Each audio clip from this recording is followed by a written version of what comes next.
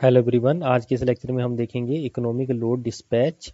तो ये भी आपका इम्पोर्टेंट है, यहाँ से क्वेश्चन आ जाता है और बड़ा ही सिंपल सा क्वेश्चन यहाँ से पूछा जाता है। ठीक है, तो इकोनॉमिक लोड डिस्पैच का मीनिंग क्या होता है राजे, कि मेरे पास जो जनरेशन है और जो मेरी डिमांड है राजे, उसको मेरी डिमांड भी फुलफिल हो जाए और मेरी जो जनरेशन है उसकी कॉस्ट भी मिनिमाइज हो जाए। ठीक है, मान लीजिए मेरे पास दो यूनिट है। ठीक है, मान लीजिए कोई थर्मल पावर प्लांट है, उसके अंदर दो यूनिट लगी हुई हैं, unit number 1 and unit number 2। ठीक है, मान लीजिए इसकी कैपेसिटी है 100 मेगावाट और इसकी जो कैपेसिटी है मान लीजिए 150 मेगावाट है। ठीक है, तो टोटल इसकी जो कैपेसिटी होगी राजी, ये 250 मेगावाट है। ठीक है, इसका मतलब ये जो पावर प्लांट है, जो मैक्सिमम लोड आपका कितना उठा सकता है भाई, 250 मेगावाट। ठीक है, अब मान लीजिए मेरे पास जो डिमांड आ गई राजी 120 मेगावाट की आ गई। ठीक है, अब ये मेरे पास लोड है। ठीक है, पीडी के साथ लिखते हैं राजी डिमांड को। ठीक है, मान लीजिए डिमांड मेरी 120 मेगावाट है।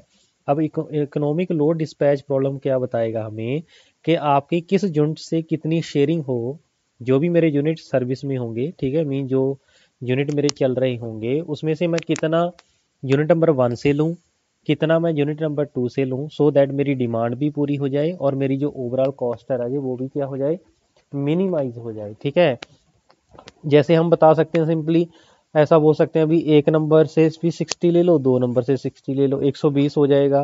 कुछ लोग बोलेंगे सर आप ऐसा करिए 100 पहले से ले लो क्योंकि इसकी कैपेसिटी कितनी है, 100 की है। ठीक है, तो बाकी आप सर वहां से ले लो। ठीक है, वहां से कहाँ से, यूनिट नंबर 2 से 120 हो गया। ठीक है, ऐसे ही आप ऐसा हो सकता है यहाँ से 70, यहाँ पे 50। ठीक है, तो डिफरेंट डिफरेंट कॉम्बिनेशन हो सकते हैं। ठीक है, क्योंकि हमें तो डिमांड 120 चाहिए ना।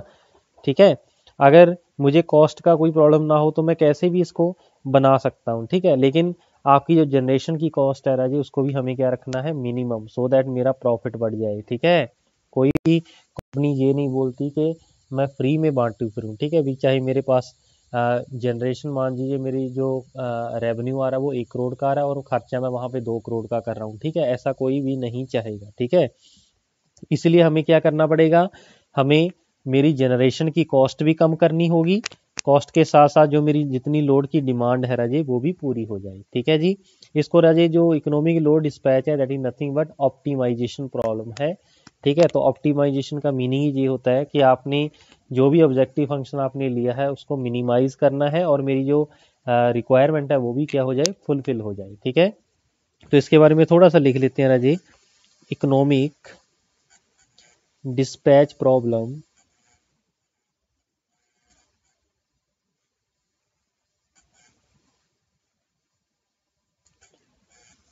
is optimization problem।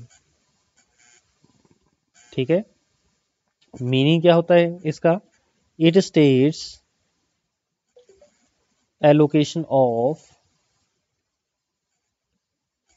Plant load amongst the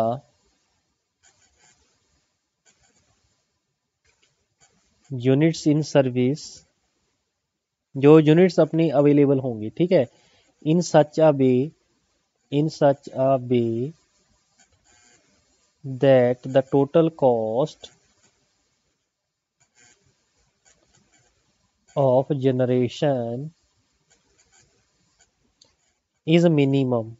ठीक है, तो ये चीज भाई आपकी मिनिमम होनी चाहिए। ठीक है, तो ऑब्जेक्टिव फंक्शन क्या है, जो चीज मैं करना चाहता हूं भाई, objective function of this problem is, हाँ जी, फॉर एन यूनिट सिस्टम। ठीक है, C T is the total cost, generating cost है। ठीक है, पहले यूनिट की C1 है, दूसरे की C2 है, तीसरे की C3 है, ऐसे ही nth यूनिट की कितनी हो जाएगी राजी, Cn हो जाएगी। ठीक है, तो टोटल कॉस्ट को हम ऐसे लिख सकते हैं भाई, फंक्शन ऑफ सी आई, और आई की वैल्यू हम पुट कर देंगे राजे 1 से लेके n तक। ठीक है, तो ऑब्जेक्टिव फंक्शन मेरा पास क्या है भाई, ऑब्जेक्टिव फंक्शन क्या होगा, जी कॉस्ट का मैंने बता दिया आपको, तो ऑब्जेक्टिव फंक्शन मेरे पास हो जाएगा राजे, हाँ जी, minimum cost, minimum generating cost means C of T. ठीक है, ये मेरे पास ऑब्जेक्टिव फंक्शन है। ठीक है, और जो कंस्ट्रेन हमारी रहेंगी राजे, जिनको मुझे फिलफिल करना ही पड़ेगा, उनको जो जिसको मुझे ध्यान में रखना ही पड़ेगा राजी। तो कंस्ट्रेंट आपके राजे दो टाइप के होते हैं, एक होता है इक्वालिटी कंस्ट्रेंट, ठीक है, अगर मैं कंस्ट्रेंट की बात करूं, एक होता है इक्वालिटी,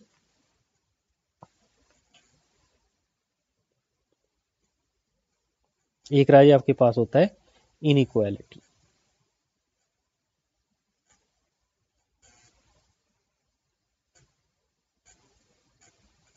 ठीक है, मैं थोड़ा सा ब्रीफ में बता रहा हूं आपको भाई, ठीक है। तो इक्वालिटी कंस्ट्रेंट कौन कौन से होते हैं राजे? पहला कंस्ट्रेंट तो ये है, सभी यूनिट की जो जनरेशन है दैट इज पी आई, ठीक है, मस्ट बी इक्वल टू जितनी आपकी डिमांड है, ठीक है। जहां हम ऐसे भी बोल सकते हैं डिमांड प्लस जितने रास्ते में लॉसेस हो रहे हैं, पी लॉस, ठीक है। लेकिन मैं फर्स्ट केस लेके चलूंगा जिसमें हम लॉसेस नेग्लेक्ट करके चलेंगे, एक में हम लॉसेस लेके चलेंगे, ठीक है।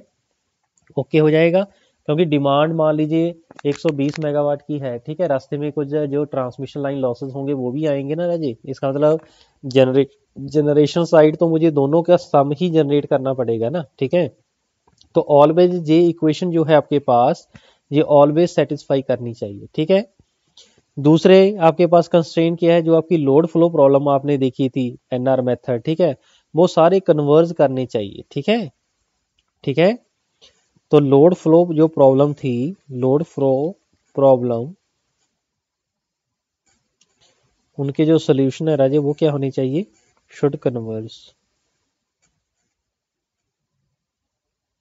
ओके, इनइक्वालिटी कंस्ट्रेंट में क्या होता है राजे, जो आपके पास जनरेटर है ना, जनरेटर की पावर लिमिट लगी होती है भाई, भी मिनिमम इतनी आप करवा सकते हो और मैक्सिमम इतनी करवा सकते हो, ठीक है, क्योंकि हर एक मशीन की लिमिट होती है राजी, ठीक है।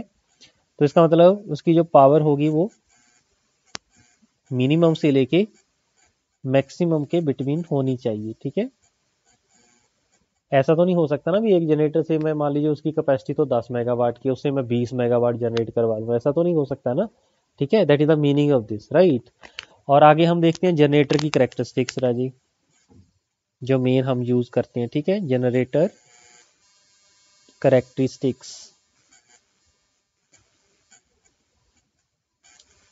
तो पहली जो करेक्टरिस्टिक्स आपके पास होगी राजे, जिसको हम बोलते हैं हीट कर्व, ठीक है, क्या बोलते हैं, हीट कर्व। ये क्या बताएगा, ये मुझे बताएगा आपके पास कितनी फ्यूल इनपुट आप दे रहे हो, उससे कितनी मेरी पावर जनरेट हो रही है, ठीक है। P I is generating power in megawatt, ठीक है।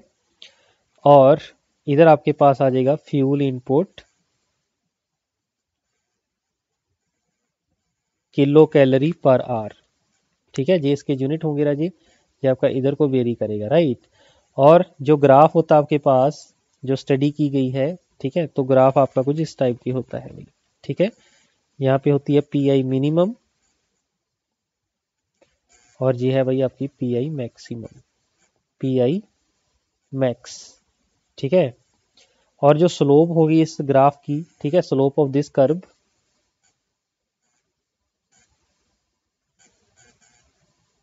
उसको क्या बोलेंगे राजी, इज नॉन एज, हाँ जी, इंक्रीमेंटल कॉस्ट, उसको हम बोलेंगे राजी इंक्रीमेंटल कॉस्ट, किसकी, ऑफ प्रोडक्शन, ठीक है।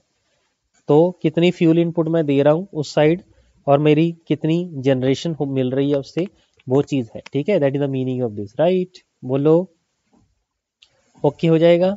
तो इसको हम लिखते हैं राजी आईसीआई के साथ, ठीक है, क्या, इंक्रीमेंटल कॉस्ट, जो क्या होगी राजी, स्लोप होगी आपके कॉस्ट फंक्शन का with respect to P I, ठीक है, बोलो जी। और इसके जो यूनिट होंगे राजी रुपीज पर मेगावाट आर, ठीक है, एक मेगावाट आर जनरेट करने के लिए मुझे कितनी कॉस्ट होगी, that is the meaning of this, right. और अगर मैं फ्यूल की बात करूं, फ्यूल की जो कर्व होती है, ये जो कर्व आपके पास जो गिवन है ना, इसका अगर मैं रिलेशन निकालूं F I in kilo calorie per are, ठीक है, that is equal to alpha I P I का स्क्वायर प्लस ये स्टैंडर्ड इक्वेशन होती है Raje fuel versus generation gamma I, ठीक है, पैराबोलिक इक्वेशन होती है आपके पास, ठीक है, that is your parabolic equation, ठीक है जी, हाँ जी, ओके हुआ, ठीक है। इस इक्वेशन का अगर मैं स्लोप निकाल दूं, slope of curve is incremental cost of fuel. ठीक है, और इसको हम लिख सकते हैं D F I divide by D P I.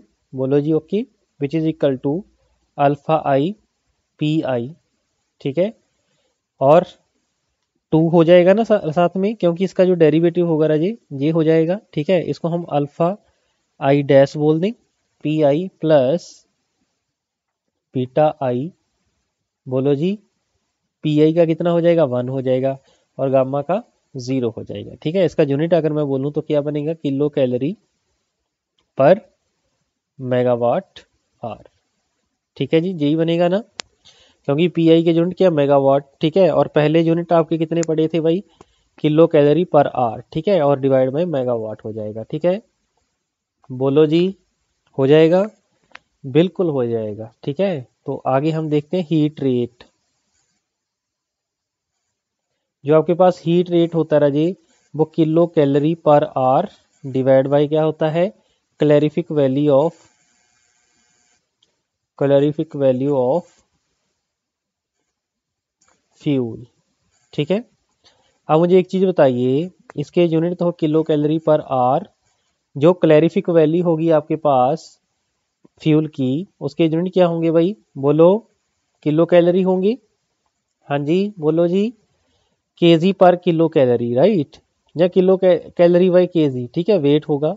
ठीक है, आपकी 1 केजी से कितने आपके पास एनर्जी मिल रही है, कितने किलो कैलोरी मिल रही है, that is the meaning of this, right. तो किलो कैलोरी के साथ किलो कैलोरी कैंसिल हो जाएगा, तो इसके जो यूनिट बचेंगे राजे, केजी पर आवर। ठीक है, और केजी आपके पास, आपको पता है जो आपका कोल होता है ऑलवेज पर केजी रुपीज होता है, पर केजी का रेट गिवन होता है। इसका मतलब हम डायरेक्टली ऐसे बोल सकते हैं, इसके यूनिट होंगे Raje, that is nothing but rupees per our.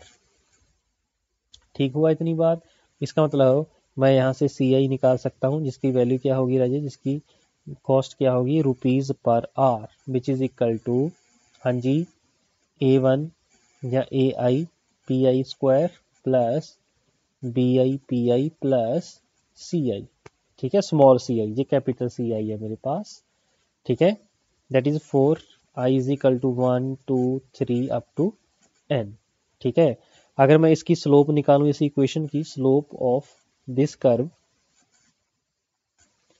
इसको हम क्या बोलेंगे राजी, ICI बोल देंगे राजी। बोलो, इंक्रीमेंटल कॉस्ट। ठीक है, which is equal to DCI divide by DPI। ठीक है, इसको हम बोलेंगे राजी इंक्रीमेंटल कॉस्ट ऑफ प्रोडक्शन। ठीक है, which is equal to ICI which is equal to DCI divide by DPI which is equal to, हाँ जी, क्या होगी, AI dash PI plus BI। ठीक है, जिसके यूनिट क्या होंगे, रुपीज पर मेगावाट आवर। ठीक है, बोलो जी, हाँ जी, इकोनॉमिक डिस्पैच प्रॉब्लम में हम क्या लेके चल रहे हैं, प्रॉब्लम में हम लेके चल रहे हैं निगलेक्टिंग द लॉसेस। पहला केस लेके चल रहे हैं जिसमें हम लॉसेस इंक्लूड नहीं कर रहे। ठीक है, तो ऑब्जेक्टिव फंक्शन क्या होगा भाई, ऑब्जेक्टिव फंक्शन मेरी टोटल कॉस्ट है, जिसको मुझे मिनिमाइज करना है Raji, C1 plus C2 up to C of n। ठीक है, तो CT को हम ऐसे भी लिख सकते हैं भाई, समीशन की फॉर्म में, C of i।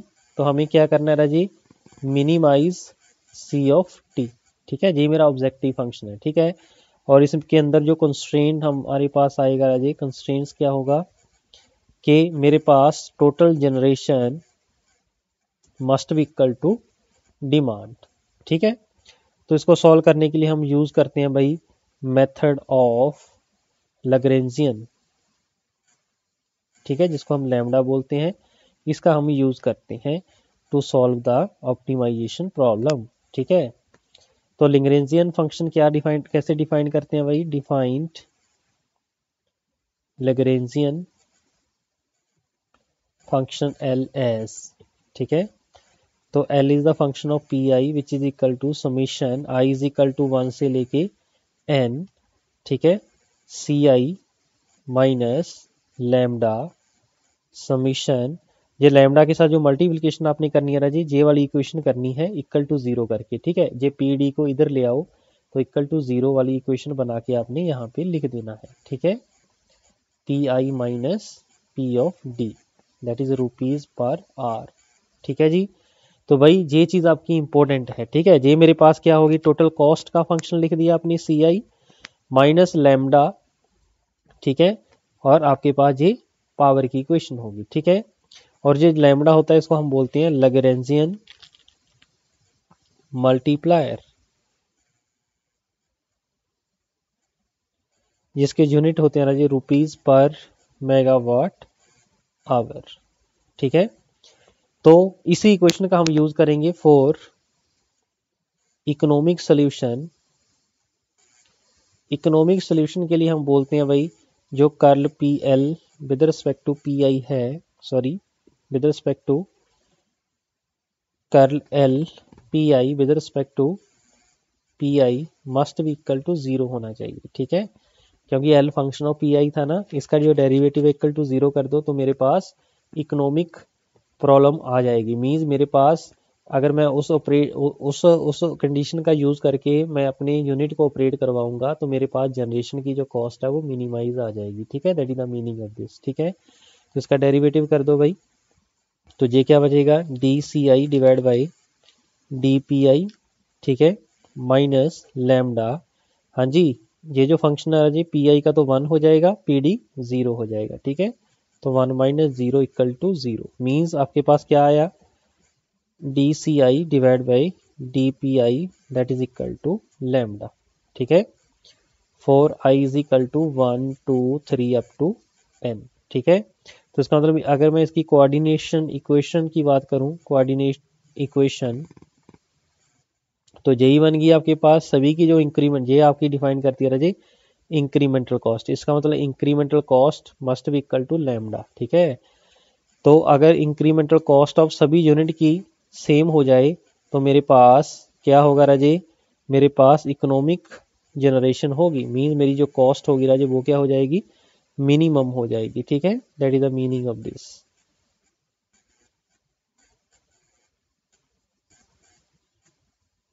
Which is equal to lambda. बस ये कंडीशन आपने याद रखनी है राजे फॉर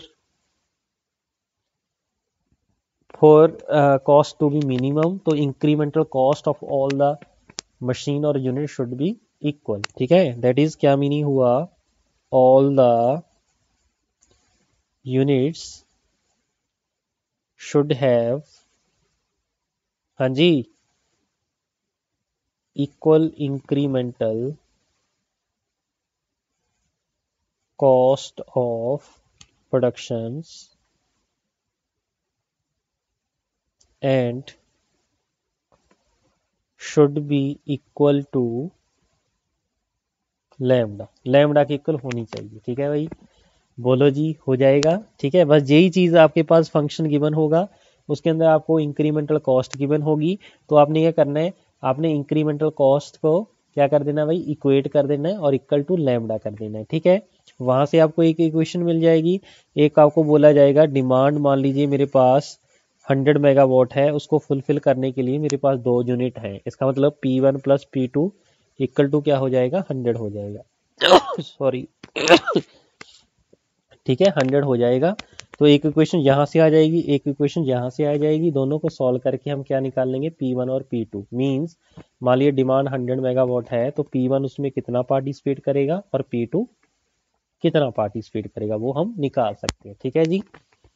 लेकिन इस केस में हमने क्या किया था, लॉसेस को हमने 0 मान के चले थे, ठीक है। अब केस नंबर 2 इसका देख लेते हैं भाई, अगर लॉसेस मेरे 0 नहीं होंगे, ठीक है। तो केस नंबर 2 लिख लीजिए भाई, केस नंबर 2, ठीक है। मींस कंसीडरिंग लॉसेस, ठीक है। जब लॉसेस कंसीडर हो जाएंगे उसके अंदर हम यूज करेंगे पेनल्टी फैक्टर मेथड। चलिए, तो ऑब्जेक्टिव फंक्शन मेरा क्या होगा, सेम ही रहेगा, कॉस्ट को मिनिमम करना है, ऑब्जेक्टिव फंक्शन राजी, ठीक है। मीन्स कॉस्ट है C of T that is equal to C1 plus C2 up to C of N है, ठीक है। सी टी को हम ऐसे भी दिखा सकते हैं भाई, आई इज इक्वल टू 1 से लेके एन सी ऑफ आई, ठीक है। तो ऑब्जेक्टिव फंक्शन है मेरा minimum of C of T, C of T को मिनिमम मुझे करना है, ठीक है। तो इसके अंदर जो कंस्ट्रेंट होगा राजे वो क्या होगा, अगर लॉसेस आपके पास हैं तो टोटल जो जनरेशन होगी मेरी P I that must be equal to जितनी लोड की डिमांड है प्लस जितने रास्ते में लॉस हो रहे हैं, पी लॉस, ठीक है। तो इस केस में हम डिफाइन कर देंगे लैग्रेंजियन, ठीक है।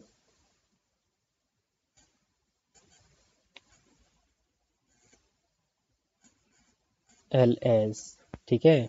तो इस एल की वैल्यू क्या होगी, पी आई का फंक्शन होगा Raje that is equal to summation 1 से लेके एन कॉस्ट माइनस लैम्डा, हाँ जी। इन दोनों को आप इधर जाके जीरो बना दो, ठीक है, राइट हैंड साइड। तो ये क्या बचेगा, summation I is equal to 1 से लेके N P I minus P D minus P loss, ठीक है। हम ऐसे इसको लिख सकते हैं भाई, ठीक है। चलिए for economic solution, economic solution के लिए आपके पास क्या आना चाहिए भाई, आपके पास जो लैग्रेंजियन फंक्शन है उसका derivative with respect to P I must be equal to zero, ठीक है, वो जीरो कर दीजिए, ठीक है। अब मुझे एक चीज बताइए, जो डिमांड होगा ये तो कांस्टेंट है, इसका थोड़ी डेरिवेटिव जीरो आ जाएगा, लेकिन जो पी लॉस होंगे Raje that is the function of P I, ठीक है। ऑब्वियसली वो पी आई का फंक्शन होगा ही होगा, पी लॉस, ठीक है, is function of P1 P2 up to P of n, ठीक है। Pn तक सभी इसके अंदर आएंगे, ठीक है। इसका मतलब इसको हम जीरो नहीं ले सकते, देयरफॉर हमारे पास क्या हो जाएगा, DCI divide by DPI that is equal to, हाँ जी, क्या हो जाएगा, अरे इसका तो आपने किया है, आगे साइन किया, नेगेटिव का है माइनस लैम्डा, पी आई का तो 1 हो जाएगा, ठीक है। पी लॉस वाले का हम निकाल देते हैं, माइनस माइनस प्लस हो जाएगा भाई, ठीक है। ये देखिए यहाँ पे एक माइनस है और इसको जब मल्टीप्लाई करेंगे तो प्लस हो जाएगा, P loss divide by curl P I that is equal to zero, ठीक है। देखो ये बन जाएगा, तो J D C I divide by D P I, और इसको भाई लैम्डा से मल्टीप्लाई भी करना पड़ेगा, आपको पता है, ठीक है। लैम्डा बाहर था ना मल्टीप्लीकेशन में, ये देखो, ठीक है जी। तो इधर जाएगा, लैम्डा मेरा कॉमन आ जाएगा, अंदर क्या बचेगा, 1 minus curl P loss divide by curl P I, ठीक है। तो इसको हम क्या लिख सकते हैं भाई, D C I divide by D P I divide by कितना हो जाएगा, ठीक है। जहाँ हम इसको मल्टीप्लाई में लिख दो, 1 divide by 1 minus curl P loss divide by curl P I that must be equal to lambda, ठीक है।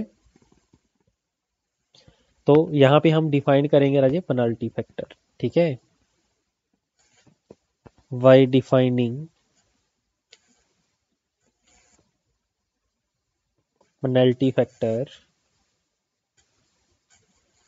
of ith unit as Li that is equal to 1 divided by 1 minus curl P loss divided by curl Pi, ठीक है। इसको हम बोलेंगे राजे penalty factor, ठीक है। This is nothing but penalty factor, ठीक है। कई बार पेनल्टी फैक्टर ही निकालने को आ सकता है तो आप निकाल सकते हैं, ठीक है। इसका मतलब ये हुआ, हम ऐसे बोल सकते हैं Li curl C I divide by curl P I that is equal to L2 curl C2 curl P2, ये फर्स्ट यूनिट के लिए हम लिख रहे हैं भाई, that is unit 1, that is unit 1, ठीक है। That is equal to L3 curl C3 divide by curl P3, ऐसे ही चलता जाएगा अप टू nth यूनिट के लिए लिख देंगे भाई, curl Cn divide by curl Pn that is equal to lambda, ठीक है। This equation is also very important भाई। तो इस केस में penalty factor into incremental cost आपके पास क्या होगा भाई, इक्वल टू लैम्डा होगा, ठीक है। For economic load dispatch problem, ठीक है। तो जो लॉस इक्वेशन होगी राजे ये इंपॉर्टेंट आपकी, ये भी आपको याद होनी चाहिए राजे, इसका लॉस इक्वेशन क्या होगा, ठीक है। लिखिए, अगर मैं दो प्लांट के लिए लिख रहा हूँ, for a two plant system loss equation in terms of B coefficient, जिसको हम लॉस कोफिशिएंट बोलते हैं ना जी, इज गिवन बाय, तो पी लॉस जो इक्वेशन होगी राजी that is equal to B11 P1 का square plus 2B12 P1 P2 plus B22 P2 the square. ठीक है, दो सिस्टम के लिए है। ठीक है, अब मैं आपको बता दूं थोड़ा सा इसके बारे में कि आपने पी लॉस की इक्वेशन कैसे लिखनी है। उसके मैं 3 केस बना के दिखाता हूं। केस नंबर 1, जब लोड मेरा जो होगा, load is connected near to plant number 1। ठीक है, मान लीजिए मेरे पास ये सिस्टम था, ये मान लीजिए प्लांट 1 है जिसकी रजिस्ट्रेशन P2 है, ये P2 है। ठीक है, मान लीजिए जो लोड है मेरा वो इसी पॉइंट पे लगा हुआ है। ठीक है, PD। ठीक है, तो इसका अगर मैं लॉस इक्वेशन की बात करूं तो पी लॉस की इक्वेशन क्या बनेगी भाई बताओ। जो रास्ते में ट्रांसमिशन लॉस होंगे सिर्फ जो P2 का पार्टिसिपेशन होगा इस PD में उसके साथ ही होगा। P1 तो उसी पॉइंट पे है तो रास्ते में कोई लॉस नहीं होंगे। ठीक है, तो इसका मतलब 2 का ही पार्टिसिपेटेड होगा, तो ये वाली इक्वेशन इसके अंदर आ जाएगी भाई, B22 P2 का स्क्वायर। ठीक है, ऐसे ही केस नंबर 2, जहां मेरे पास load is connected near plant 2। ठीक है, अगर प्लांट 2 पे आपका ये कनेक्टेड है राजी, इसका अब डिमांड मेरे पास PD यहाँ पे कनेक्टेड है, ये P1 है, ये P2 है। ठीक है, तो इस केस में पी लॉस किसके इक्वल हो जाएगा राजी बताओ जल्दी से, B11 P1 का स्क्वायर। ठीक है, ये आपके पास जे वाला फैक्टर आ जाएगा। अब केस नंबर 3 है, अगर कहीं बिटवीन 2 प्लांट अगर आपका कनेक्टेड है लोड, तो उस केस में क्या होगा, load is connected in between the plant. ठीक है,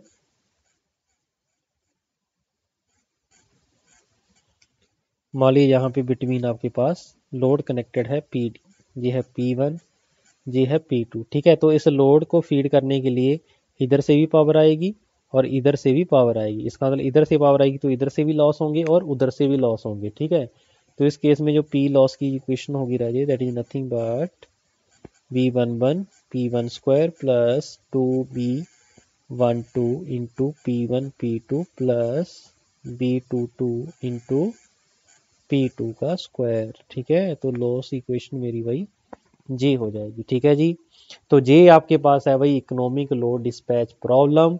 पहले केस में हम निगलेक्ट करके चलेंगे आपके लॉसेस, दूसरे केस में हम लॉसेस को इंक्लूड करके चलेंगे। ठीक है, फिर आगे हम एक और दो क्वेश्चन इसके देखते हैं भाई, फिर इस टॉपिक को करेंगे क्लोज।